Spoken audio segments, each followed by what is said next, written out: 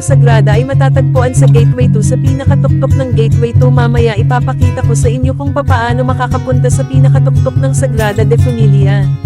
Konting insight lang patungkol sa Sagrada de Familia na ito. Ito ang chapel ng Gateway. Dito rin ang pinakapasyalan ng mga tao kung gusto nila mag-unwind at makapag-isip-isip at makatakas sa toxicity ng nangyayari sa buhay nila. Kung stress sila sa work or gusto lang nila mag-family bonding, dito sila pumupunta. Kaya walang laman ng chapel at mangilan-ngilan lang ang mga taong nagpupunta dito, kasi nung pumunta ako regular na araw lang, pero maraming tao dito pag linggo kasi may mas sila sa chapel. Konting trivia lang, dati ginaganap ang mas ng Gateway sa food court ng Gateway 1 nung hindi pa natatapos gawin ng Gateway 2 top floor. Nung matapos dito na nilagay ang pamunuan ng Gateway sa mismong bagong tayo lang nila na establishment na kung tawagin ay Gateway 2 sa mismong taas ng mall ng Gateway 2. Paglinggo dito sa lugar na ito ay sobrang dami ng tao, parang hindi mahulugang karayom sa sobrang dami ng tao dito paglinggo. Pag bumalik ulit ako dito tatawnin ko na linggo para mapanood ninyo kung gaano karami ang tao dito. Kaya ako napunta sa lugar na ito, kasi sobrang gulong-gulo ang utak ko, kasi hindi kami masyadong okay ni Ate Myre. Para sa kanya okay kami pero ramadam ko na hindi kami okay na dalawa.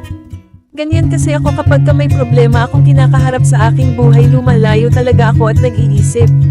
Kasi nung nasa probinsya ako dati, sabi ng tatay ko dati pag may problema daw ako, lagi lang daw ako pumunta sa dagat para sabihin ang mga problema ko sa dagat. Since nasa syudad ako at wala namang dagat dito, kaya pag may problema ako sa ibang tao sa isang lugar na tahimik ako pumupunta para makapag-isip-isip ako. Minsan nga may extension ako sa pamamasyal kapag sobrang gulong-gulo pa rin ang utak ko. Dito sa lugar na ito ramdam ko ang katahimikan at nakakapag-isip-isip ako kahit papaano. Habang nandito ako, marami akong napapansin sa lugar na ito. Bukod sa mga taong nagdadasal sa Sagrada, meron din dito nagtay-tiktok dito at meron naman dinadala ang kanilang mga anak para makapamasyal at makapaglaro na rin. Kaya rin ako pumunta dito sa lugar na ito para makapagdasal at makahingi ng tulong kay God. Kasi sabi sa akin ni Ate Myre nung okay pa kaming dalawa, sabi niya humiling lang daw ako kay God at manampalataya at sabihin ko ang lahat ng mga daing ko sa aking buhay sa Kanya at huwag ako titigin manampalataya sa Kanya. Gagaan na daw problema ko. Kaya doon ako pumatupot sa paniniwala na iyon ni Myre, kaya nagdasal ako sa Sagrada de Familia. Pagkatapos kong magdasal, medyo gamaan ang pakiramdam ko kahit papaano nung natapos na ako magdasal. Nag-ikot-ikot lang ako saglit sa gilid ng Sagrada. Ito ang video ko sa mismong lugar ng Sagrada de Familia.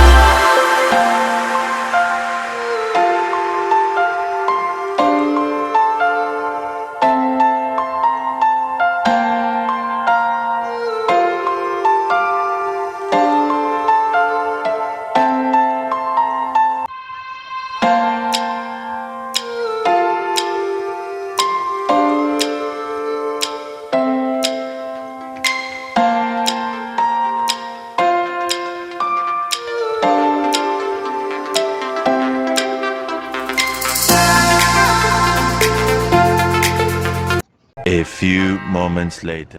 Pagtapos ko mag-ikot-ikot sa Grada de Familia umuwi na ako. Eto ang video nung pauwi nga ako mga ka-diary. Ang video na ito ay yung dinaanan ko sa pagpunta ng Sagrada gaya ng sabi ko sa inyo kanina. Ipapakita ko ang dinaanan ko sa inyo kung ako pumunta sa Sagrada. Galing akong Farmers tapos naglakad ako sa mismong bridge na papuntang gateway.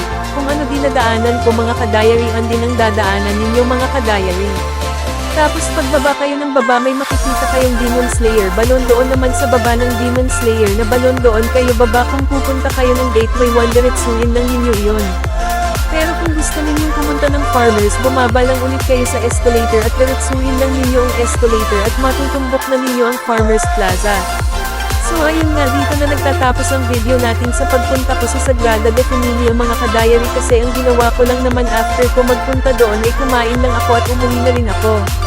So humingi ako ng paumanhin sa inyo mga ka-diary baka madili ang paggawa ko ng content ng unboxing ko sa new phone ko kasi medyo nag-iisip ako until now sa pinagdadaanan kong problema between sa aming dalawa ni Ate Myra. Pero baka next week magagawa ko na iyon ang naturang unboxing ko sa new phone na binili ko para mapaayos pa ang mga ginagawa kong upload para sa channel natin mga ka-diary.